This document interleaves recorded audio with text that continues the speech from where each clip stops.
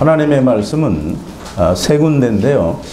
석절밖에 되지 않으니까 그 프린트가 좀 잘못된 부분도 있고 그래서 제가 그냥 봉독하겠습니다. 사무엘상 15장 23절과 호세아서 6장 6절 그리고 요한복음 3장 26절입니다. 사무엘이 가로되 여호와께서 번제와 다른 제사를 그 목소리 순종하는 것을 좋아하심같이 좋아하시겠나이까. 순종이 제사보다 낫고 듣는 것이 수양의 기름보다 나으니. 나는 인애를 원하고 제사를 원치 아니하며 번제보다 하나님을 아는 것을 원하노라. 아들을 믿는 자는 영생이 있고 아들을 순종치 아니하는 자는 영생을 보지 못하고 도리어 하나님의 진노가 그 위에 머물러 있느니라. 아멘. 우리 잠깐 기도하겠습니다. 거룩하시고 또 자비로우시며 그 지으신 모든 피조물들에게 영광과 경배와 예배를 받으시기에 합당하신 여호와 아버지 하나님 앞에 감사와 찬송과 영광을 돌립니다. 아멘. 아버지 하나님, 우리는 다 육에 속한 자요 미련한 자들입니다. 하나님을 떠나서 우리가 육에 거하니 우리가 하나님의 말씀을 듣지도 못하고 또 보지도 못하고 또 깨닫지도 못하고 우리가 알 수 있는 길이 없습니다. 그러나 하나님께서는 긍휼과 은혜를 베푸셔서 예수 그리스도 안에서 우리들에게 하나님께서 보내신 자를 보게 하시고 듣게 하시고 믿게 하시고 우리로 하여금 그 안에 거하게 하셔서 우리가 감히 하나님을 아버지라 부르며 하나님의 아들들이 되었습니다. 아멘. 감사합니다. 찬송과 영광을 돌립니다. 아멘. 아버지 하나님, 그러하오나 오늘날 예수를 믿는다고 하는 수없이 많은 사람들이 예수를 믿으면서 이스라엘 백성이 했던 것과 똑같이 자기들 마음에 맞는 하나님을 믿고 또 만들고 그 하나님께 순종하고 자기의 만족을 채우는 그런 하나님을 믿는 사람들이 얼마나 많이 있습니까? 아버지 하나님, 이 마지막 때에 하나님께서 사람들에게 성령을 물붓듯이 부어주시고 하늘로부터 내리는 신령한 지혜를 물붓듯이 부어주셔서 총명과 명철이 차고 넘치게 하시며 하나님의 말씀을 온전히 깨닫고 또 보고 듣고 아버지여 그 마음에 새기며 영혼 깊은 곳에 기록하는 놀라운 역사가 있어서 아버지 하나님, 정말 사망 가운데서 생명으로 옮겨지는 놀라운 역사들이 일어나고 본인에게 뿐만이 아니라 참 누룩과 같이 많은 내 옆에 있는 사람들에게 그 복음과 생명을 전하는 자들이 되게 하여 주시옵소서. 오늘 이 두렵고 떨리는 마음으로 하나님의 말씀을 대할 때에도 우리가 하나님께서 말씀하시는 그 뜻을 우리가 분명하게 깨달을 수 있게 하여 주시옵소서. 오늘 이 현장에서 듣는 성도님들 뿐만 아니라 인터넷을 통하여 하나님의 말씀을 사모하고 갈구하는 모든 사람들에게도 동일한 은혜로 함께하여 주시옵소서. 예수님의 이름으로 기도하옵나이다. 아멘. 제가 프린트를 잘못해서 사무엘상 15장 23절을 프린트를 해야 되는데 22절을 프린트를 해서 미국에서부터 해온 거라 이게 고치는데 시간이 좀 없었습니다. 저한테는 장비도 없고 여기 와서 고쳤어야 되는데 시간이 안 돼서 오늘은 순종이 제사보다 낫고 수양의 기름보다 낫다라는 그런 주제로 우리가 함께 은혜를 받고자 합니다. 이 순종이라는 말에 오늘날 예수 믿는 사람들이 얼마나 호도를 당하고 또 얼마나 많은 사람들이 그 순종이라는 말에 매여서 원치 않는 일을 해왔는지 아마 제가 일일이 다 말씀드리지 않아도 여러분들이 잘 아시리라고 생각됩니다. 근데 모르시는 분도 있을 수도 있겠죠. 순종하라. 근데 오늘날 많은 교회에서 목사님들이나 교회에서 지도를 하시는 분들이 가르치기를 순종하라고 합니다. 순종하라고 하는데 그 순종이 무엇을 순종하라고 하느냐 하는 게 굉장히 중요한 일입니다. 여러분들은 뭐에 순종을 해야 되겠어요? 네, 말씀은 참 잘하시는데 하나님 말씀에 순종을 해야 되는데 여러분들이 그러면 그 목사님들이나 교회 지도자들이 또 이 순종하라고 하는 그 순종이 하나님의 말씀인지 아닌지 알아야 될까요? 몰라도 될까요? 알아야. 근데 그거 여러분들은 잘 아시나요? 내가 여러분들을 좀 무시하는 것 같은 그런 느낌이 드시는가 본데, 근데 많은 분들이 하나님의 말씀인지 아닌지 몰라요. 그러니까 목사님들이 이제 순종하라, 이제 뭘 가지고 순종하라고 하냐면 새벽기도 순종하라, 뭐 예배 참석하는 거 순종하라, 또 이제 좀 파렴치하게 나가면 목사님 섬기는 거 이게 하나님 명령이니까 순종하라는 거예요. 근데 하나님 명령에 목사 순종하라고 어디에 나와 있는지 난 잘 모르겠어요. 여러분 성경에서 그런 거 찾아본 적 있어요? 없어요. 그런데 순종하잖아요. 하나님 말씀인 줄 알고.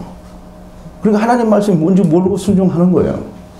또 성전 건축 헌금 한다고 그거 하라고 그러면 목사님들이 또 순종하라고 하죠. 그래서 순종하라고 하니까 성전 건축 헌금을 열심히 해요, 안 해요? 해요. 근데 성전 건축 헌금하라고 성경에 어디 써 있는 데가 없어요. 그러니까 이제 구약에서 찾아가지고 뭐 스룹바벨 성전이나 아니면 출애굽기에 나오는 성전 처음 건축할 때 백성들한테 이 금붙이 이런 거 다 거두라고 했으니까 그게 성전 건축 헌금이라는 거예요.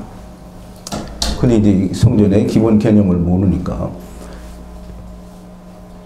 이제 그것까지 다 얘기하려면 너무 시간이 많이 가는데 그건 좀 말씀을 드릴 수가 없고, 성전은 이미 예수 그리스도께서 이스라엘 백성들에게 너희가 이 성전을 헐라 내가 3일 동안에 일으키리라 라고 말씀하신 것을 우리가 이해를 못하면 그 다음에 성전을 건축하면 다 이유의하를 불문하고 다 지옥 가는 거예요. 예수님이 참 성전이에요. 그러니까 이스라엘 백성에게 하나님께서 내가 너희 중에 거할 성소를 지으라 라고 말씀하시는 것은 장차 내가, 즉 하나님이 너희와 함께 하겠다라는 약속을 주시는 것이 성소예요. 구약적인 성전이 그게, 성전은 뭐 하나님 계시니까 우리가 지어서 여기 하나님 계시다라고 그렇게 말을 하면 거기가 성전이 되는 것이 아니에요. 그런데 많은 사람들이 그게 성전인 줄 알아요. 그래서 그게 성전인 줄 알고 성전 건축 헌금하자고 하면 뭐 여기 아마 그런 분들이 틀림없이 있으리라고 생각하는데, 집 잡혀서 대출 받아가지고 건축 헌금하고, 그리고 그 교회가 마음에 안 들어서 이사 갔는데 그 교회 나가지도 않는데 거기 성전 건축하면 대출하는 거에 대해서 자기 갚아야 되고. 우리 밴드에 그런 분들이 있어요. 전 재산 다 팔아서 목사가 이야기한 대로 다 순종하고 돈 다 냈어. 근데 나중에 그 목사 안 따라다녀.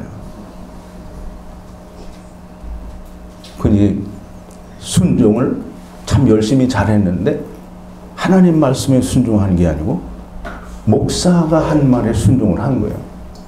이제 우리가 목사가 한 말인지 하나님이 하신 말씀인지 우리가 분간을 할 줄 알아야 되는데, 예레미야가 하나님께 말씀을 받아서 하나님께서 말씀하신 대로 이스라엘 백성들에게 말을 했어요. 그러면 예레미야가 말을 한 거예요? 하나님이 말씀하신 거예요? 그러니까 이제 하나냐도 똑같이 이스라엘 백성들에게 내가 하나님께 이렇게 말씀을 받았다라고 하고 이스라엘 백성들에게 막 얘기를 했어요. 그럼 하나냐는 자기 얘기를 한 거예요? 아니면 하나님 말씀을 얘기한 거예요? 그래서 이제 우리가 이걸 구분을 할 줄 알아야 돼요. 이 목사들이 하나냐인지 예레미야인지 그걸 알아야 된다는 말이에요. 그러니까 이제 하나님의 말씀을 했는지 안 했는지 우리가 어떻게 아느냐. 그러니까 우리는 목사가 말을 하면 그게 다 하나님 말씀인 줄 아는데 하나님은 그렇게 얘기하지 않으셨어요.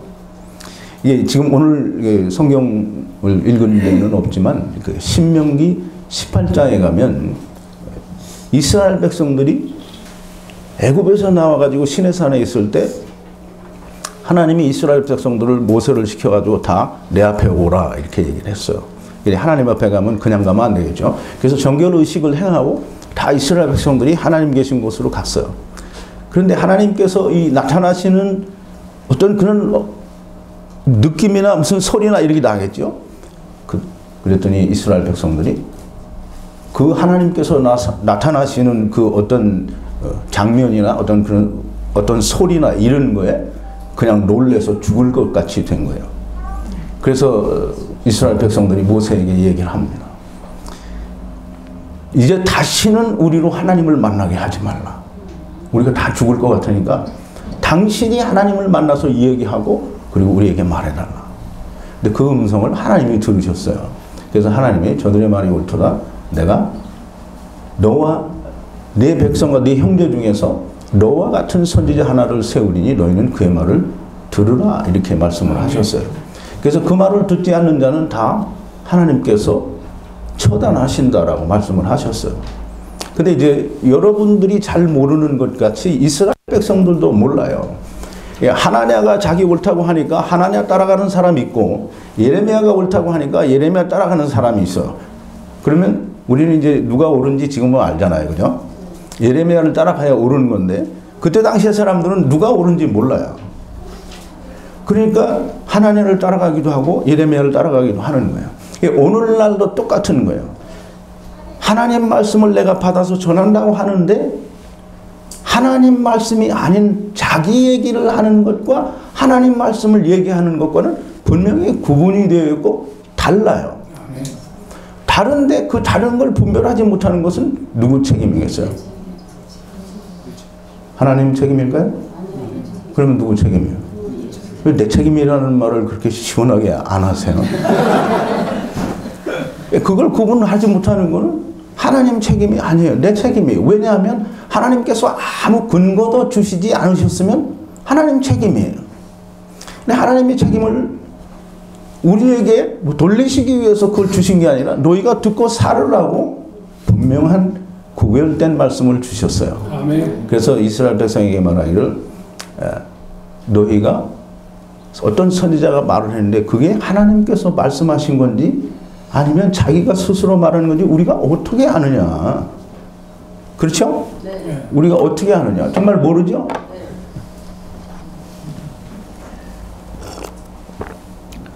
우리가 잘 알면 그렇게 방황하지도 않았고 이렇게 헤매다가 그냥 미국에서 어떤 이상한 목자라는 사람이 와가지고 말을 전하는데 그 말을 들으러 오지도 않았겠지요. 왜? 여러분들이 다 아니까.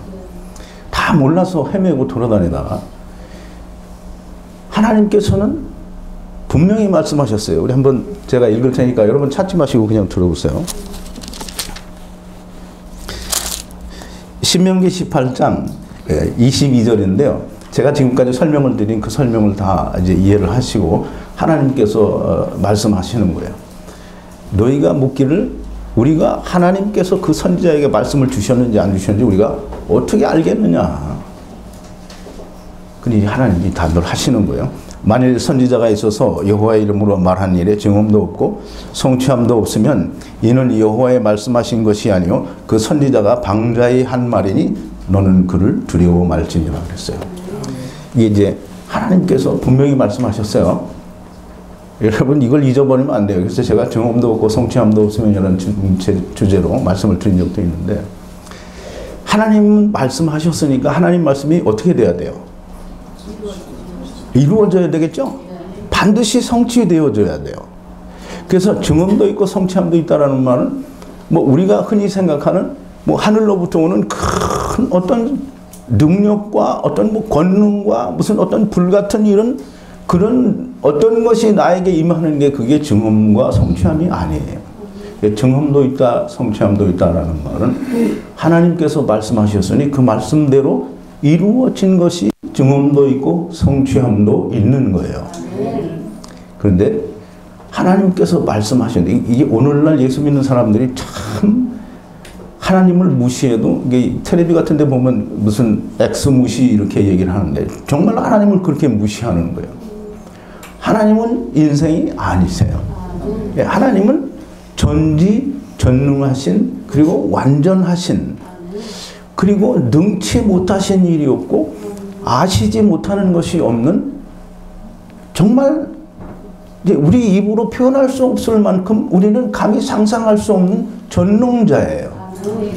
근데 이 전능자가 거짓말도 잘하고 사람들을 속이기도 잘하고 그 전능자가 사람들에게 얼마나 무시를 많이 당하는지 몰라요.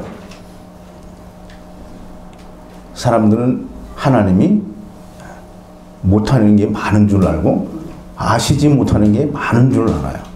그리고 말씀하셨는데 하나님께서도 실수하셔서 이게 이루어지지 않는구나라는 그런 생각을 하는 사람들이 물론 의식적으로 하나님이 이걸 모르시겠지 이렇게 생각하는 사람은 없겠죠. 그런데 자기의 삶 속에서 의식 속에서 그게 다 나타나요. 한 가지 예를 들어서 하나님이 요즘 들어서 제가 많이 하는 얘기인데요. 새 언약의 법을 즉 하나님의 성령의 법을 너희 가운데 주면 너희의 죄를 다시는 묻지 않는 것뿐만이 아니라 기억도 안 하신대요. 그러니까 일어나지 않은 죄에 대해서는 기억할 필요가 있어요, 없어요? 안 일어났으니까 기억할 필요가 없어요. 기억지 않겠다라는 건 전에 앞으로 또 언제 일어날지 모르는 세상에 있는 모든 죄에 대해서 묻지도 않고 기억도 안 하시겠대요. 근데 이제 하나님이 안 한다는데 누가 안 한대? 하나님이 안 하신대요. 여기 있는 이 사람이 그거 안 한다고 하는 게 아니라 성경에 있는 대로 하나님이 그걸 안 하신대요. 그런데 누가 해요? 그건 아시네. 내가 그걸 해요. 내가 끄집어내서 하나님을 그거 잊어버렸어요. 이제 묻지도 않아요. 기억도 안 하시는데 내가 끄집어내서 막 하나님께 이것도 있어요. 저것도 있어요. 이것도 있어요. 하나님 이거 용서해 주세요. 하나님이 용서를 다 했는데 무슨 용서를 또 해달라는 거냐. 이렇게 말하면 동영상을 보시는 분들 가운데 이상한 사람들은 저거 구원파다라고 얘기를 할 거예요. 근데 구원파가 얘기하는 것과 제가 얘기하는 것과 성경에 있는 얘기를 똑같이 하면 저보고 구원파라고 해도 상관없어요. 근데 나는 구원파하고 머리턱을 끈 만한 그런 연관 관계도 없어요. 근데 성경을 얘기하는 거예요. 하나님이 안 하신다고 하는데 내가 그걸 하고 세상 목사들이 그걸 하라고 하는 거예요. 그러니까 이제 우리가 하나님을 무시한다는 게 우선 단면적으로 그런 데서 무시를 하는 거예요. 자, 이제 순종을 많은 사람들이 순종을 가르치고 순종을 하라고 하고 예수님이 죽기까지 순종하신 것을 본받아서 우리도 순종하라. 근데 그 순종하라는 걸 전부 예수님처럼 하나님께 순종하라는 게 아니고 다 누구에게 순종하라고 하냐면 자기에게 순종하라는 거예요. 그리고 교회에 하는 일에 순종하라는 거예요. 근데 교회에 하는 일이나 목사들이 성도들에게 강조하는 순종은 하나님의 말씀과 상관이 없어요. 중함도 없고 성취함도 없을 뿐만이 아니라 하나님의 약속이 그 안에 없어요. 새벽기도 잘 나오라는 게 새벽기도 순종하라는 게 하나님의 약속에 있는 거예요? 대답을 안 하시네. 성전 건축해야 된다고 하는 게 하나님의 약속 가운데 있는 거예요? 하나님은 너희가 성전이라고 하는데 성전 건축하는 헌금하는 게 하나님께 순종하는 거래요. 근데 제가 이렇게 일일이 하나씩 다 예를 들고 나열해서 말씀을 드려야 여러분들이 이게 하나님의 말씀이 아니다라는 걸 이해한다고 하면 참 너무 힘들어요. 그럼 이제 하나님의 말씀이 뭔지를 우리가 알면 여러분들이 만약에 우리 집을 미국에 있는 우리 집을 찾아온다 그러면 그냥 주소도 없이 미국에 오면 우리 집에 찾아올 수 있어요, 없어요? 주소를 알려주면 금방 찾아오겠죠. 힘들기는 해도 찾아온다는 거예요. 하나님의 말씀이 뭔지 잘 모르면 하나님의 말씀을 가르쳐주면 하나님의 말씀 그것만이 하나님의 말씀인 줄 알면 다른 건 다 하나님의 말씀이 아니에요. 우리가 세상에서 그 광석을 가지고 우리 금을 찾는데 금을 찾아서 그걸 가지고 있으면 그것만이 금이지 다른 건 그거하고 똑같이 생긴 게 아니면 다 금이 아니에요. 하나님 말씀을 여러분들이 알아야 돼요. 그걸 아는 것만이 여러분들이 억지로 순종당하지 않는 겁니다. 예수님이 세상 그 교회 지도자들이 말하는 대로 그렇게 순종했나요? 우리는 예수님이 하나님께 순종한 것처럼 사실 순종할 수도 없어요. 예수님이 하나님께 순종한 건 십자가에서 죽는 걸 순종하신 거예요. 아멘. 또 우리와 같은 육체를 입고 종의 형체를 입어 세상에 오시는 것을 순종하신 거예요. 우리는 예수님이 하신 것처럼 우리는 할 수 없어요. 근데 이제 항상 사람들이 너희는 이걸 해야 된다라고 말하는 사람들을 보면 자기는 그걸 안 해요. 자기도 못하는 걸 하라는 거예요. 누구를 위해서? 자기를 위해서. 본인을 위해서 하라고는 안 해요. 자기를 위해서 하라는 거예요. 본인을 위해서 하라고 하려면 정말 하나님의 말씀을 알아야 돼요. 자, 이제 순종이라는 말씀의 뜻. 여러분, 순종을 우리말로 좀 잘 풀어서 설명하면 순종이 뭐라고 할 수 있을까요? 한번 누가 좀 말씀 좀 해보세요. 순종이 뭐겠어요?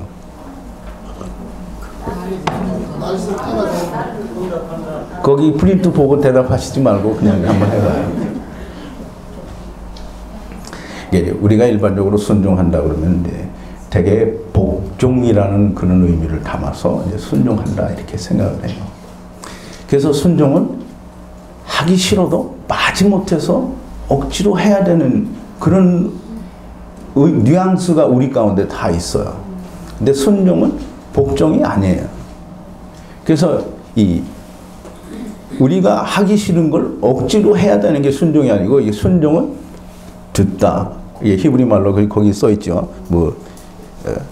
아나, 샤마 또는 아나라고 하는데, 이 샤마는 말을 듣는다라는 뜻이고, 아나는 들은 것을 행한다라는 거예요. 그러면 이제 순종이라는 것은 제가 분명히 말씀드렸어요. 하나님의 말씀하신 것을 듣고 그걸 행하는 게 그게 순종이에요. 세상 목사님들이 여러분들에게 주장하고 가르쳐주고 그걸 순종하라고 하는 거는 하나님의 말씀인지 아닌지는 여러분들이 분별을 할 수 있어야 돼요. 이제 좀 있으면 하나님 말씀을 제가 얘기를 할 거예요. 그거에 비춰서 하나님의 말씀인지 아닌지 분명히 가려서 이 목사가 예레미야인지 하나님인지 여러분들이 분별할 수 있어야 돼요. 그렇지 않으면 그 책임은 하나님께 없어요. 왜? 하나님께서 방법을 주셨기 때문에 다 여러분들의 책임입니다. 근데 여러분들이 나중에 하나님 앞에 가서, 하나님 앞에보다 이제 예수님 앞에 가서 얘기하겠죠. 하나님께서 세우신 목사님 말을 다 들었는데 나는 지금 예수님 말씀하신 걸 하나도 세상에 있을 때 들어본 적이 없어요. 그렇게 말하면 그때 예수님이 그래, 내가 사람을 잘못 세웠나 보다, 미안하다, 이렇게 하시겠어요? 네, 여러분 정신 차려야 됩니다. 여기 있는 분들은 이제 다 거의 100% 정신을 차린 분들이시겠죠. 근데 동영상을 보고 정신을 못 차리시는 분들은 좀 정신을 차려야 됩니다. 예수님이 그날에 난 너 모른다라고 말씀하실 때에는 이미 기회가 없는 겁니다. 그때 가서 땅을 치고 통곡을 해봐야 누가복음 16장에 나오는 부자밖에는 될 수 없는 거예요. 자, 이제 헬라어에서도 똑같이 히브리어에서 사용한 그 샤마 또는 아나라는 말을 그대로 번역을 해서 휘파쿠어 또는 휘파코스라는 그렇게 단어로 쓰는데 둘 다 똑같은 의미를 가지고 있어요. 듣고 행하는 거예요. 하나님 말씀을 듣고 행하는 게 그게 순종이에요. 심지어 어떤 걸 순종이라고 하냐면 이사야서 65장 24절인데요. 설교 관련 승부 1절인데요. 그들이 부르기 전에 내가 응답하겠고 그들이 말을 마치기 전에 내가 들을 것이며 그랬어요. 이 하나님께서 듣고 응답하시는 그게 샤마 아나예요. 그게 순종이라 이 말이에요. 그리 하나님도 우리가 부르짖고 하나님께 우리가 간구하면 하나님께서 듣고 응답해 주신단 말이고, 하나님도 우리의 말을 듣고 순종해 주시는데 왜 인생들은 하나님이 말씀하시는데 그 말씀을 듣지도 않고 엄한 데 가서 듣고 그게 하나님의 말씀이라고 거기에 순응하고 거기에 복종하면서 하나님의 말씀에 순종했다라고 말을 하는지 이해할 수가 없는 거예요. 전에는 저도 다 그렇게 했으니까 그때는 그게 그런 줄 알았어요. 근데 지금은 그걸 이해를 못 하겠다는 거예요. 왜? 성경을 알고 나니까 그게 아닌 거예요. 자, 이제 이스라엘이 애굽에 있을 때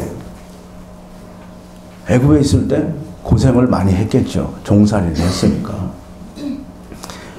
얼마나 고생을 하고 종살이를 심하게 했는지 이 사람들이 하나님께 부르짖었어요. 그랬더니 하나님께서 그 부르짖음이 내게 들렸다라고 얘기를 하시는데요. 출애굽기 2장 24절이고 또 3장 7절인데요. 2번과 3번입니다.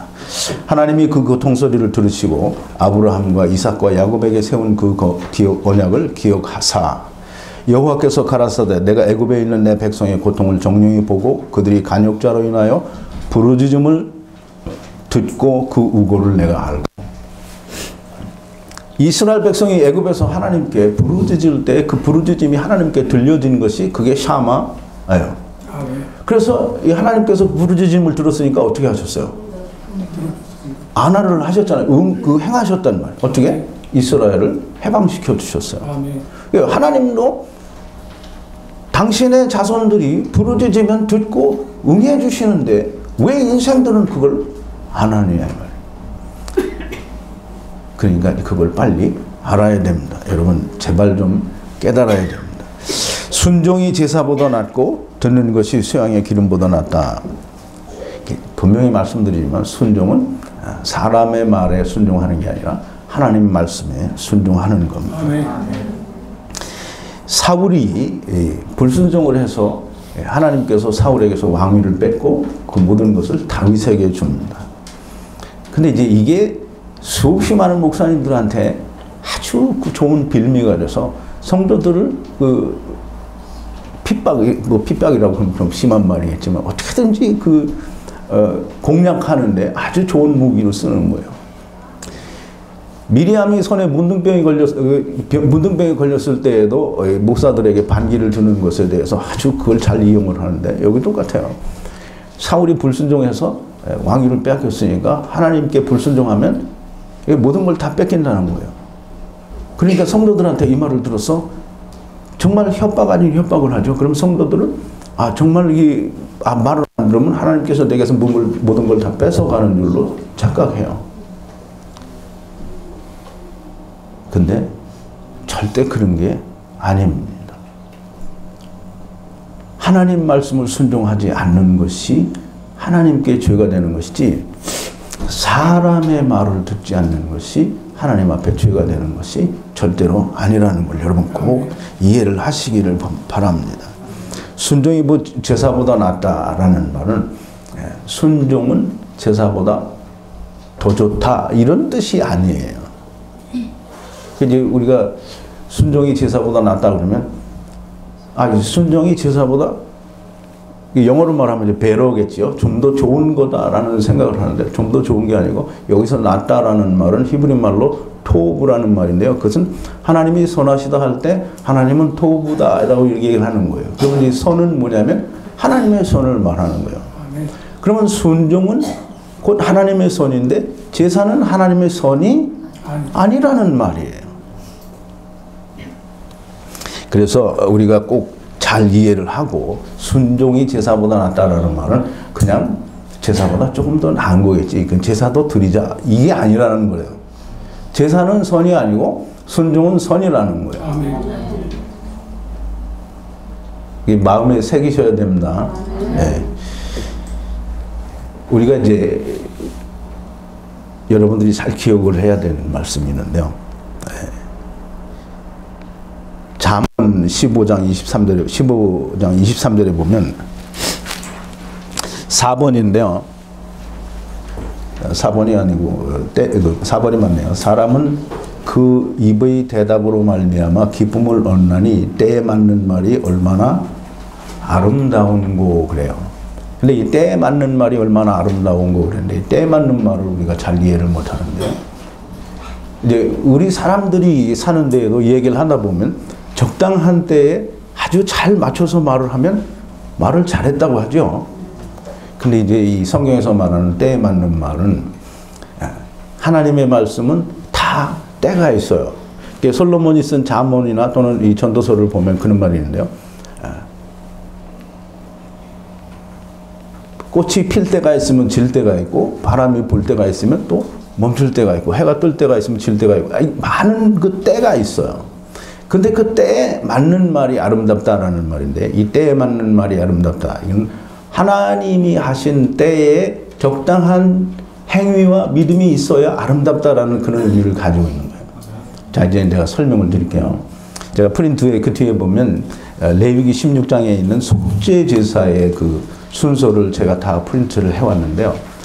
지금 그걸 다 우리가 일일이 읽어보고 설명을 드리려면 시간이 많이 갑니다. 근데 이제 이 속죄 제사는 이 이스라엘 원력으로 7월 달에 이스라엘 전 회중을 위하여 대속 제사를 드리는 그 제사예요. 그래서 대속 제사인데 이거를 순서대로 양을 두 마리, 그 염소를 둘을 책정을 해서 하나는 아세셀에게 하나는 하나님께 드리게 하고 나중에 아세셀은 광야를 보내고 이렇게 모든 절차가 있어요. 근데 그 절차대로 이 구약시대 때는 다 그 일을 행했어요. 그럼 이제 오늘 하나님께서 이 대속제사를 하나님께서 하라고 하셨어요? 하지 말라고 하셨어요? 아니, 제 질문을 잘 이해를 못 하시는 겁니다. 하나님이 이스라엘 백성에게 이 레위기를 주실 때 대속제사를 해마다 드리라고 하나님께서 하셨어요? 안 하셨어요? 하셨어요. 하나님이 하셨어요? 대속제사를 드리라고 했어요. 그런데 오늘날 우리가 이 대속제사를 다시 부활시켜서 해마다 이스라엘의 원력으로 7월을 달을 찾아서 대속제사를 우리가 지금 다시 드린다고 하면 우리가 하나님 말씀에 순종하는 거예요? 불순종하는 거예요? 확실해요? 네. 뭘 불순종하는 거예요? 하나님 말씀이 아닌 거를 따라가는 게 불순종이죠. 아니 그건 하나님이 하라고 하셨으니까 하나님 말씀이에요. 근데 왜 그게 때가 어떻게 됐어요? 때가 지났잖아요. 때가 지났다라는 말은 그 대속제사가 이루어졌다라는 거예요. 누가 이루었어요? 예수 그리스도가 이루었어요. 그러면 대속제사를 오늘 우리가 드리면 뭘 무시하는 거예요? 아니 물론 하나님 말씀을 무시하는 게 맞는데 구체적으로 우리가 뭘 무시하는 거예요? 예수님이 십자가에서 모든 것을 이루신 것을 부인하는 거예요. 그러니까 우리가 이제 사람들이 그죠? 제가 11조 바치면 지옥 간다라는 설교를 했더니 수없이 많은 사람들이 성경에 써 있는데 무슨 있다고 개소리를 하냐 뭐 이렇게 얘기를 하는데 그럼 내가 대속제사를 우리가 다 드려야 됩니다. 그래도 개소리라고 해야 되겠죠? 그럼 이제 보세요. 때에 맞는 말이 아름답다. 때에 맞는 말이 아름답다라는 이 아름답다라는 말은 선이라는 말이에요. 똑같이 낫다라는 말과 똑같이 토브예요. 그럼 때에 맞는 말이 그게 선이에요. 선이 하나님의 선이 되려고 하면 우리는 그 선이 될 수 없어요. 하나님 말씀 안에서만 우리가 하나님과 같은 선이 될 수 있어요. 그게 이제 때에 맞는 말이 아름답다라고 우리 여러분 잘 이해를 하셨으면 내가 대속제사를 우리가 이제 드려야 됩니다 라고 말하면 사람들이 다 말도 안 된다라고 얘기를 하겠죠. 근데 11조 바치면 지옥 간다 이렇게 말하면 아 그건 내가 틀렸다. 11조를 지금 바쳐야 된다는 거예요. 그러면 대속제사 드려야 된다는 말과 똑같은 거예요. 근데 이제 11조는 사람들이 개념을 틀리게 가져서 이건 율법도 아니고 그냥 일반 헌금이다 이렇게 생각을 해요. 근데 11조는 기본적으로 그 개념이 뭐냐면 너희는 이 땅에 속한 자가 아니다라는 걸 말씀하시기 위해서 11조라는 제도를 주신 거고 그 제도를 통해서 거두어진 그걸 하나님이 하늘나라에 가져가겠어요? 뭘 하시겠어요? 그걸 따로 쓰신 것이 가난한 자들을 위해서 또 레위를 위해서 쓰라는 거예요. 근데 이제 레위를 위해서 쓰라는 데는 이유가 있어요. 이스라엘 백성들이 애굽에서 나올 때 마지막 장자들을 죽이는 재앙을 통해서 이스라엘 백성이 나왔어요. 근데 애굽의 모든 장자들은 다 죽었어요. 근데 이스라엘의 장자들은 안 죽었어요. 왜? 왜 안 죽었어요? 유월절 어린 양의 피로 말미암아 대속이 됐어요. 근데 이제 우리가 구약 시대 때에는 하나님 앞에 제사를 지내도 우리가 온전한 죄사함이 돼요, 안 돼요? 안 돼요. 똑같이 유월절 어린 양으로 애굽의 장자가 죽을 때 다 같이 죽어야 되는데 그게 6월이 됐단 말이에요. 그리고 여전히 이스라엘 자손들도 똑같이 하나님께 속한 자예요. 그러니까 하나님께 바쳐져야 돼요. 근데 하나님께서 그들 다 데려가면 이스라엘이 어떻게 돼요? 우리가 이제 그 이해를 해야 돼요. 장자가 무너지면 집안이 망하는 거예요. 그러니까 이스라엘의 장자를 다 데려가면 이스라엘은 멸망하는 거예요. 그러니까 하나님이 이스라엘에게 다시 이제 유월절 어린 양이신 예수 그리스도가 오실 것에 대한 예표로 장자들을 대속하기 위해서 누구를 택하냐면 레위를 택하는 거예요. 그래서 레위를 택해가지고 레위에게 성전 일을 시켜요. 하나님의 일을 시키는 거예요. 그러면서 이 레위 지파에게는 아무것도 안 줘요. 땅을 안 준단 말이에요, 기업을.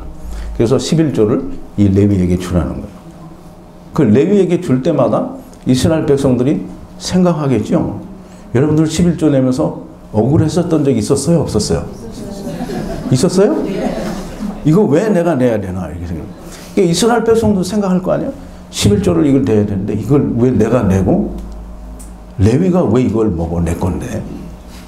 그러면 이제 그 원인을 알아야 되잖아요. 그 원인을 파헤쳐서 조상들에게 그 얘기를 들으면 뭐냐면 우리가 애굽에서 종되었을 때 이렇게 나와서 이 레위가 하나님께 택함을 받고 우리의 장자들이 대속이 되어서 다 살았다. 그러니까 이걸 먹어야 된다. 그럼 이제 그걸 기억하는 거잖아요. 이제 그 기억하면서 뭘 바라보라는 거냐면 레위와 같이 장자를 대속하는 것과 같은 대속자가 와서 우리를 온전하게 대속해 줄 거니까 그걸 바라보라는 거예요. 그런데 예수 그리스도께서 오셔서 우리를 다 대속해 주셨어요. 그러면 이제 11조를 바치면 뭐가 되냐면 예수 그리스도의 대속을 부인하는 거예요. 그러니까 이런 11조의 원리를 모르면 그냥 헌금 내서 목사들 먹고 살라고 하는 거라고 생각을 하는 거예요. 그런데 하나님의 말씀은 11조 바치면 반드시 예수님이 난 너 모른다라고 말씀을 하신다고 말씀하셨어요. 그러니까 우리가 꼭 때에 맞는 말이 아름답다라는 것을 우리가 잘 아시고 순종을 할 때 하더라도 하나님 말씀에 대해서 순종을 하고 세상 사람들이 또는 목사님들이 말하는 그 말에 순종하는 자가 되지 말고 하나님 말씀에 순종하는 자가 되기를 바랍니다. 아멘. 자, 이제 하나님 말씀이 뭐냐? 하나님 말씀이 뭐냐? 하나님 말씀이 뭐겠어요? 하나님이 보내신. 제가 이런 질문을 자주 하는데 우리 다코마 교회에서도 그런 질문을 자주 해요. 밑도 끝도 없이 죄가 뭡니까? 라고 물어보면 이제 제가 답을 여러 가지로 할 수 있잖아요. 근데 내가 원하는 답은 한 가지인데 자꾸 이런저런 얘기를 해요. 근데 이제 답도 참 하기 어려워요. 하나님의 말씀이 뭐냐? 그럼 이제 대답하기 어렵죠? 근데 이제 저는 물어보는 거예요. 그럼 여러분들 대답을 못하니까 이제 재밌잖아요. 그죠? 하나님의 말씀이 뭐냐? 이제 제가 말씀드리려고 하는 것은 말씀이 육신이 되어. 그럼 이제 말씀이 육신이 되었으니까 말씀이 누구예요? 예수 그리스도예요. 예수 그리스도가 말씀이에요. 그래서 요한복음 1장 1절에 보면 태초에 말씀이 계시니라 이 말씀이 하나님과 함께 계셨으니 이 말씀이 곧 하나님이시니라. 이 말씀이 없이는 지은 것이 하나도 없다고 했어요. 그리고 이 말씀이 육신이 되어 하나님이 육신이 되어 우리 가운데 거하심에 그 은혜와 영광이 진리가 충만하더라 하고 말씀을 하는 거죠. 이 말씀은 예수 그리스도예요. 근데 이 말씀이 육신이 되었다. 이제 요한복음에서 얘기를 하니까 예수 그리스도께서 말씀이 육신이 되었어요. 이 말씀이 육신이 된 것은 사무엘상 사사기네요. 사사기 7장 14절인데요. 7번에 보면 프린트 설교 관련성 7번에 보면 그러므로 주께서 친히 증조로 너에게 주실 것이라 보라 처녀가 잉태하여 아들을 낳을 것이요 그 이름을 임마누엘이라 하리라 그랬어요. 임마누엘이라는 게 무슨 뜻인지 다 아시죠? 뭐예요? 하나님이 우리와 함께 계시다. 그럼 이제 보세요. 예수님이 오셔서 하나님이 우리와 함께 계시다라는 게 됐잖아요. 그럼 전에는 하나님이 우리와 함께 계셨어요? 안 계셨어요? 그럼 이스라엘에 하나님이 없다라는 거예요. 이게 세상에 없는 거예요. 하나님이 세상에는 계시지 않는 거예요. 그래서 이제 사람들이 그렇게 말하면 다 욕하는 사람 정말 되게 많아요. 근데 여러분 잘 생각해 보세요. 하나님께서 세상을 주관하시고 섭리하시고 통치하시고 다스리시면 사람들에게 공평치 못한 또는 말할 수 없는 이해할 수 없는 그런 불행한 일들이 닥쳐야 되겠어요? 안 되겠어요? 예, 하나님이 다스리시면 여기는 세상이 아니에요. 그냥 하나님의 나라가 되는 거예요. 근데 사람들은 여전히 이 세상 임금을 하나님이 이 세상 임금은 사단이라고 하고 예수님도 이 세상 임금을 사단이라고 하는데 여전히 이 세상은 하나님 거고 하나님이 주관하시고 하나님이 이 세상 임금인 줄 알아요. 그러면 하나님을 뭐 만드는 거예요? 사단 만드는 거예요. 자, 하나님이 우리와 함께 계시다라는 것은 전에는 하나님이 우리와 함께 계시지 않았고 물론 성전에 계셨지만 그것은 실제로 우리와 함께 계시는 게 아니고 그것은 거기에 하나님이 계시다라고 하는 임재의 상징이요 동시에 약속이에요. 장차 내가 너희와 함께 하겠다라는 거예요. 1차적으로 하나님께서 여기에 오셔서 우리와 함께 계시고 장차 그 후에는 우리를 다 데려다가 하나님의 나라에서 하나님과 하나가 되게 해주겠다라는 것이 하나님의 약속이에요. 그래서 이제 하나님이 우리에게 오신 게 예수님이에요. 예수님이 그러니까 예수 그리스도께서는 근본 하나님의 본체시나 동등될 것으로 여기지 아니하시고 종의 형체를 비롯 우리와 같이 육신으로 오신 거예요. 이게 너무나 우리는 감히 생각할 수 없는 큰 은혜요.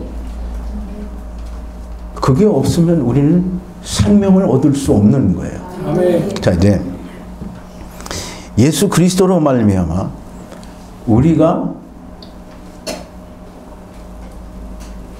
우리의 죄가 사함을 받고 의로운 자가 된다. 이제 그런 얘기를 이미 여러 번 했는데 예수님이 세례 요한에게 세례를 받으러 가죠. 이 얘기 많이 들었죠? 근데 또 들으니까 이제 지루할 것 같죠? 지루해도 할 수 없어요. 내가 다시 한번 잘 생각이 안 나서 또 본다 이렇게 생각하고 들어보세요. 세례 요한에게 세례를 받으러 갔더니 세례 요한이 뭐라 하냐면 내가 당신께 세례를 받아야 할 텐데 어떻게 해서 당신이 내게 세례를 받으러 오느냐 했더니 예수님이 우리가 이와 같이 하여 모든 의를 이루는 것이 합당하니라 그랬어요. 그럼 이제 모든 의를 이루려면 의가 이루어지려면 뭐가 없어야 될까요? 죄가 없어야 되겠죠? 그럼 이제 예수님께서 이렇게 해서 의를 이루려면 예수님이 죄를 없이 한다는 뜻이 거기에 있는 거예요. 예수님이 죄를 없이 하는데 어떻게 없어지느냐 하면 예수 그리스도께서 세례를 받으시면서 세상의 모든 죄를 다 가져가는 거예요. 그 세례 요한이 요한복음 1장 29절에서 뭐라 그러죠? 보라 세상 죄를 지고 가는 하나님의 어린 양이로다 그랬어요. 사람의 모든 죄와 해방을 예수님께서는 십자가에서 다 지고 가실 것이라는 것을 마태복음 12장에서 이미 말씀을 하셨어요. 그래서 모든 의를 이루기 위해서는 반드시 죄를 99% 가져가면 될까요? 그러니까 모든 의를 이루기 위해서는 다 가져가야 돼요. 남기는 게 있으면 안 돼요. 그러니까 사람의 모든 죄와 회방, 세상 죄 외에 다른 죄가 세상에 존재할까요? 네, 그러니까 예수님이 그걸 다 가져간 거예요.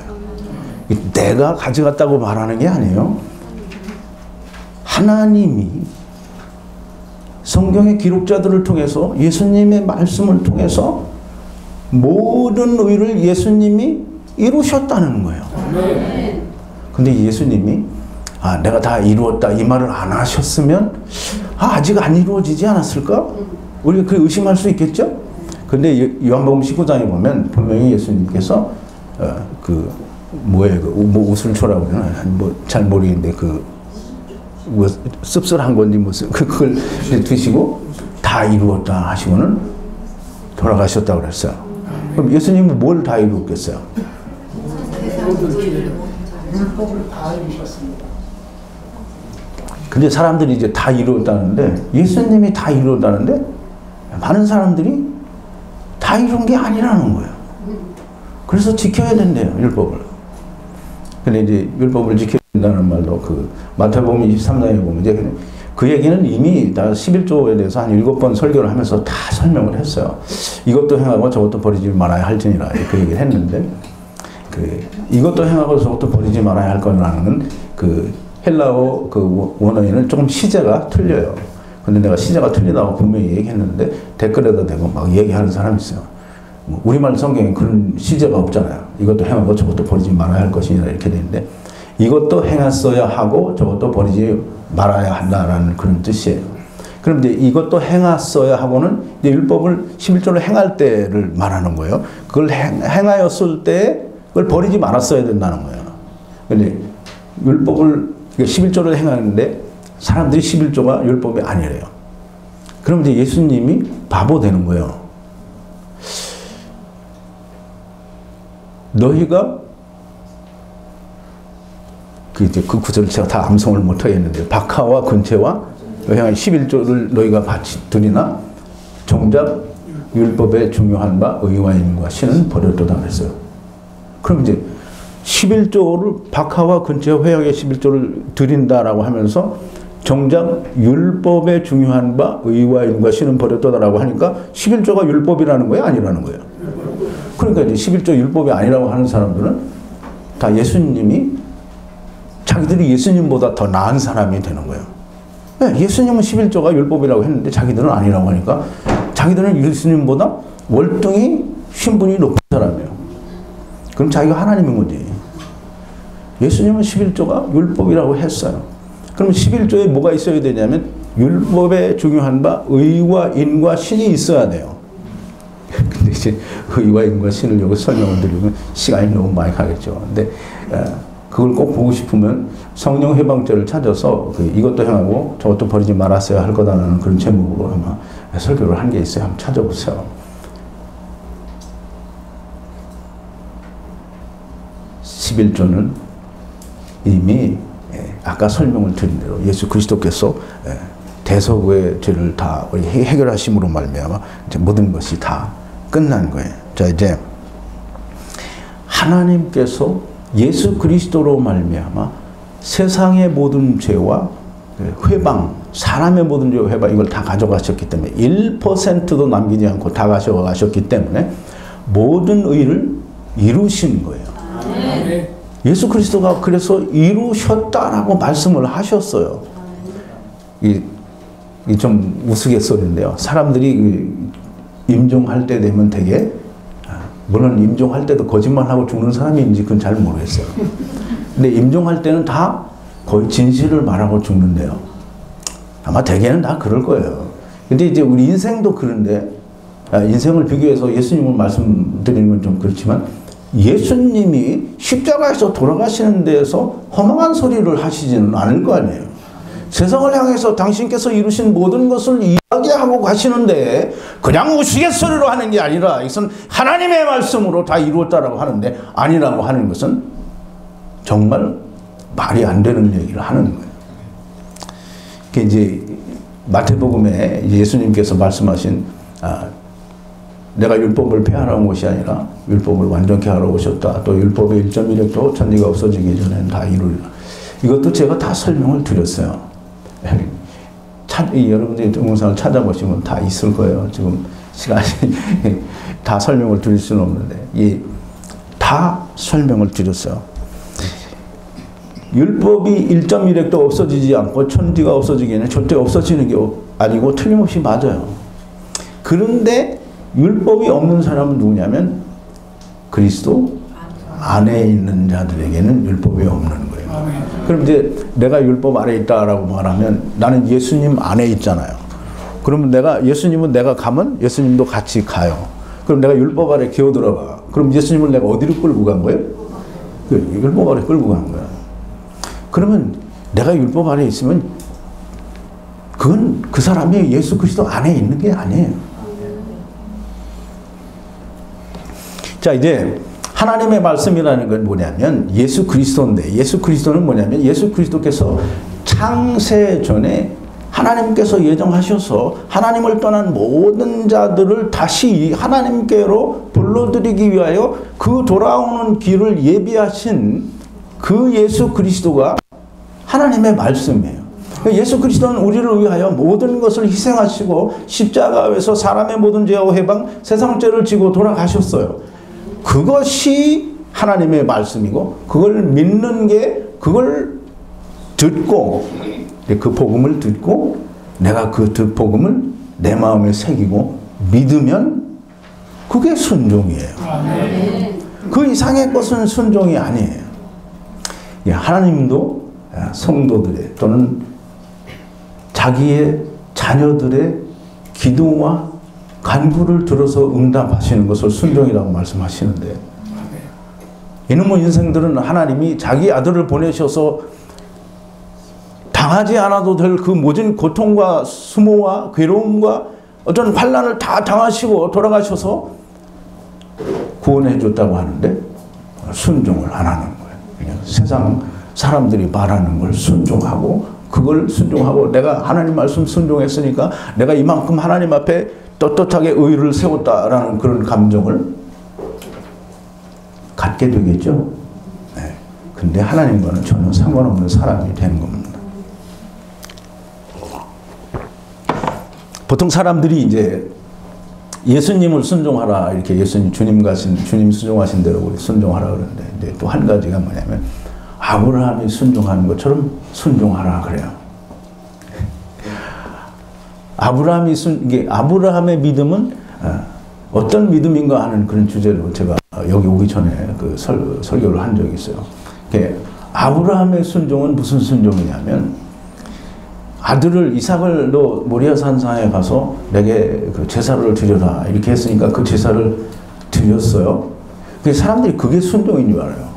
그러니까 전부 너희도 가서 네 아들을 다 때려잡으라는 얘기밖에 안 되는 거예요.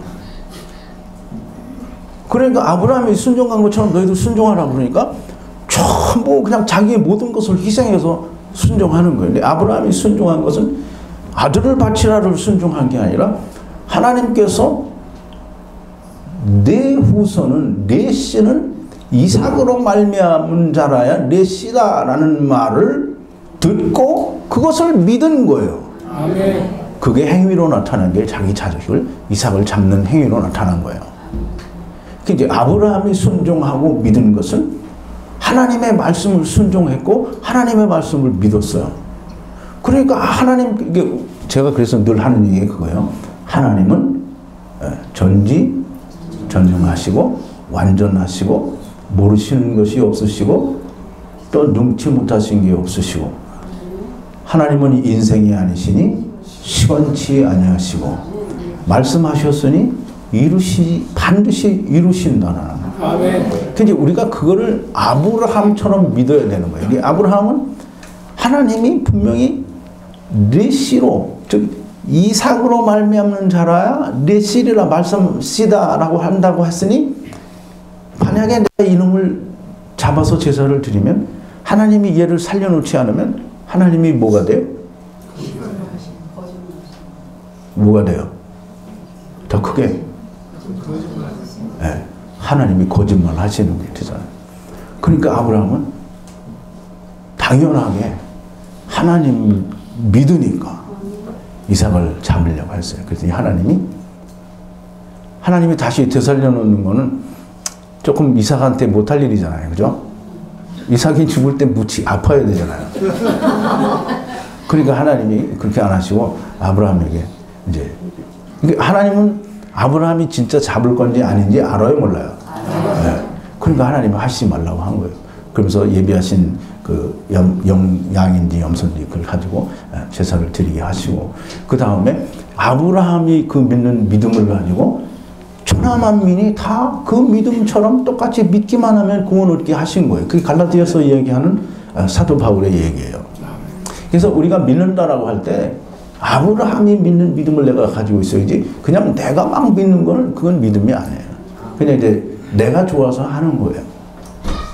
근데 이제 그걸 여러분들이 참 구분하기 참 쉽지 않은데, 아브라함의 믿음을 내가 믿을 때 그것이 순종이에요. 하나님이 뭐라고 말씀하셨으면 그냥 그대로 믿으면 돼요. 그러니까 이 목자가 말했으니까 믿는 게 아니에요.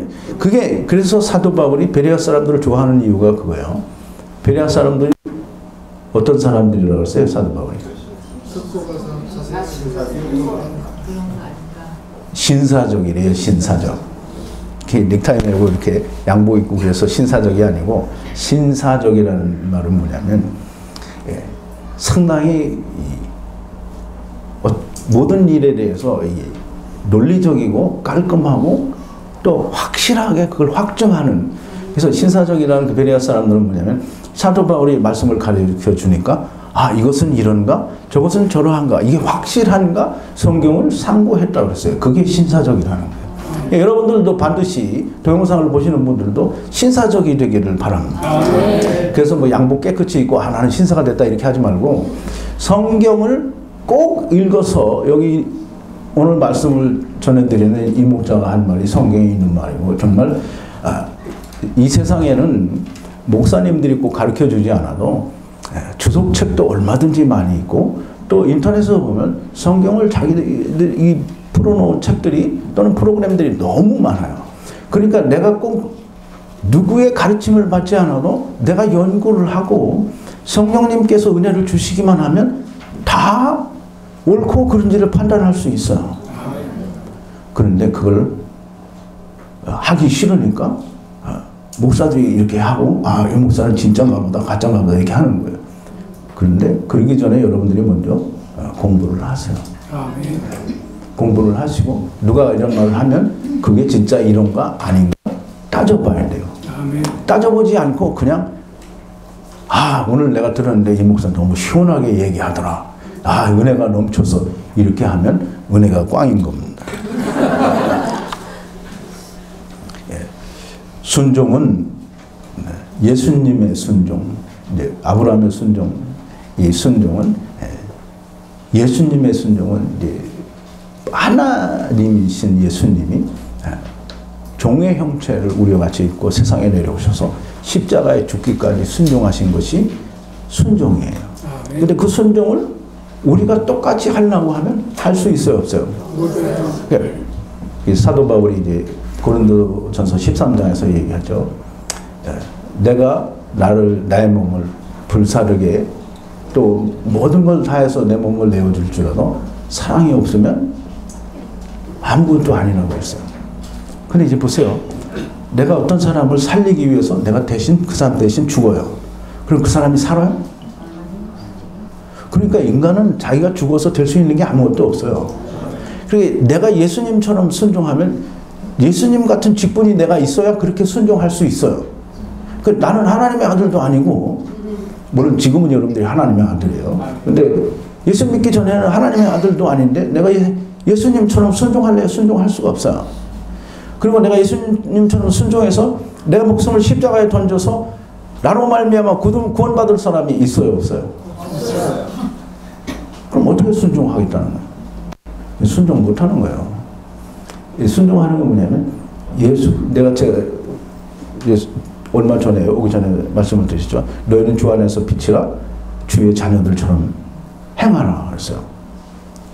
우리가 행할 수 있는 거는 빛처럼 행할 수가 없어요. 우리는 빛이 아니에요. 그런데 우리가 주 안에서 빛이에요.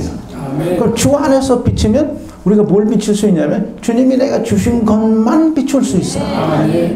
주님이 주지 않은 걸 내가 막 비출 수 없어요. 그러니까 주님이 주시지 않은 걸 내가 막 비추는 건 내 걸 비추는 거예요. 내가 가진 거는 빛이 없어요. 그래 내가 비추는 거 막 비추면 뭘 비추는 거냐면 어두움을 비춰주는 거예요. 그리고 어두움을 비춰주면서 그 사람이 살아나기를 바라면 아무도 살아나지 않아요. 주님이 내게 주신 것, 주님이 내게 주신 순종, 그 순종이 예수님은 하나님을 다 순종했으니까 하나님께서 이루신 그 예수 그리스도로 말미암아 이루신 그 모든 것을 내가 듣고 믿으면 그게 순종이에요. 그게 주님의 순종을 우리가 그대로 순응하고 받아들이고 복종하고 순종하는 게 되는 거예요. 아멘. 제발 제가 이 말씀을 드리는 거는 세상의 목사님들이나 세상 교회들이 잘못되었다라고 그걸 비판하고 또는 그걸 캐내어서 욕하자고 하는 말이 아니라 여러분들이 하나님의 말씀을 좀 분명하고 명확하게 알기를 바라서 드리는 말씀입니다. 그리고 이제 한 가지 좀 덧붙여서 말씀을 드리고자 하면 어제 이제 아담은 오실자의 표상이다를 이제 공부를 했는데 제가 살리는 것은 영이니 육은 무익하다라는 그런 말씀을 드렸어요. 그러면서 사실상 우리 육은 그렇게 중요하지 않다라고 했더니 어떤 사람이 그런 얘기를 했어요. 우리 육체가 부활한다는 게 틀림없는 사실인데 우리 육체가 부활해서 천국 간다는 게 그렇게 우습게 보이냐. 그래서 참 답답한 마음은 뭐 이루 말할 수 없고요. 제가 육체가 부활하지 않는다라고 말씀을 드린 것도 아니고 분명히 사도 바울이 로마서 8장 11절에서 말하기를 예수 그리스도의 영이 하나님의 영이 우리 안에 있으면 너희 죽을 목숨도 살리리라 라고 말씀을 하셨어요. 그래서 분명히 우리가 부활한다라고 말씀을 드렸고 그러나 부활해서 우리 육체가 우리가 알고 있는 이 육체 덩어리가 하나님의 나라에 간다는 건 사실상 아니다라는 말씀을 드렸어요. 예수님이 부활하셨으니까 부활하신 몸 그대로 우리와 같은 그 몸을 그대로 가지고 하늘나라에 갔을까요? 아니요. 예, 사도 바울이 고린도전서 15장에서 말하기를 내가 비밀을 말하니 사도 바울은 참 비밀을 많이 말해요. 비밀을 말하노니 우리가 다 나팔 소리를 듣고 나팔 소리와 함께 순식간에 변화되리니 그랬어요. 근데 변화되는 게 우리가 그냥 아무 의미 없이 우리가 그냥 뭐 영화에서 나온 것처럼 뭐가 휙 돌아가더니 이렇게 변했다 이렇게 생각하면 큰 오산이에요. 사도 바울이 그 밑에서 설명하기를 뭐라 하냐면 죽을 것이 죽지 아니할 것으로 삼킨 바 된다는 거예요. 사망이 생명에게 삼켜진다는 거예요. 즉 다시 말해서 썩을 것이 썩지 아니할 것으로 삼켜진다는 거예요. 그게 변화되는 거예요. 다른 게 변화되는 게 아니에요. 그런데 그게 무슨 말이냐면 하나님의 나라에 들어온 하나님의 처소를 다시 우리가 입는 걸 말하는 거예요. 근데 우리가 이제 그 반대 질문을 하신 분은 좀 생각을 하셔야 될 게 예수님이 요한복음 6장 63절에서 분명히 말씀하시기를 살리는 것은 영이니 육은 무익하다 그랬어요. 그럼 이제 우리가 예수님보다 더 똑똑하고 훌륭한 사람이 되지 않으려면 예수님이 말씀하신 걸 그대로 믿어야 되잖아요. 그죠? 예수님이 그렇게 말씀하셨는데도 불구하고 무슨 소리야 육체도 다 부활해서 육체가 다 하늘나라에 간다 이렇게 말하면 예수님은 분명히 사두개인들의 질문 가운데서 얘기했고 우리가 부활 때에는 하늘에 있는 천사들과 같다라고 했어요. 그럼 천사들이 우리와 같은 육체를 가지고 있어요? 그러니까 나한테 뭐 내가 육체가 부활을 하지 않는다라고 말하지 않았어요. 근데 육체가 부활을 하지 않는 나보고 영지주의라고 그러는데 뭐 영지주의라고도 할 수 없어요. 뭐 영지주의는 뭐 자기가 정한다고 해서 내가 영지주의 되는 건 아니고 분명하게 우리는 부활해요. 그러나 부활하나 그 육체는 반드시 변화돼야 돼요. 즉 썩을 것이 썩지 아니할 것으로 삼켜진 바 되어야만 되는 거예요. 그게 변화되어진다는 것이고 사도 바울은 그걸 비밀이라고 얘기했어요. 그러니까 분명히 예수님도 그렇게 변화되셔서 가셨을 것이고 우리도 그 똑같은 과정을 밟을 거예요. 예수님이 무익하다고 한 데는 반드시 이유가 있고 정말 육체를 쓸만한데 무익하다라고 하시지는 않았어요. 근데 우리가 꼭 유익한 데가 있어요. 우리 육체가 꼭 유익한 데가 있어요. 언제 어디서일까요? 예? 아, 정말 여러분들은 훌륭하신 분들인 것 같아요. 하나님을 향해서 열매를 맺기 위하여, 우리가 누룩이 되기 위해서, 다른 나와 같은 생명을 얻는 자를 만들기 위해서 하나님께서 우리를 사용하신 그때 우리가 꼭 필요한 자입니다. 오후에 다시 뵙기로 하고 오늘 여기까지 기도하시겠습니다. 거룩하신 여호와 아버지 하나님, 감사와 찬송과 영광을 돌립니다. 아버지 하나님께서 저희를 사랑하신 그 놀라우신 사랑은 참으로 오묘하고 또 기묘하고 참 우리는 참 이해하기 어려운, 그러나 그것이 너무나 감동이요 또 너무나 감사하고 또 우리 감당할 수 없는 축복이며 하나님의 사랑인 것을 우리가 깨닫습니다. 아버지 하나님, 이 하나님의 놀라운 진리의 말씀이 우리 속에 새겨지게 하시고 우리가 이 세상에 있는 동안에 사단의 괴계와 술수 또는 어떤 미혹과 유혹에 넘어지지 않는 하나님의 말씀을 온전히 붙들고 있는 자들이 다 되어지게 하시고, 오직 사단이 미혹하는 데 순종하는 자가 아니라 하나님의 말씀에 순종하는 자가 다 되어지게 하여 주시옵소서. 예수님의 이름으로 기도하옵나이다. 아멘. 자, 마쳤습니다.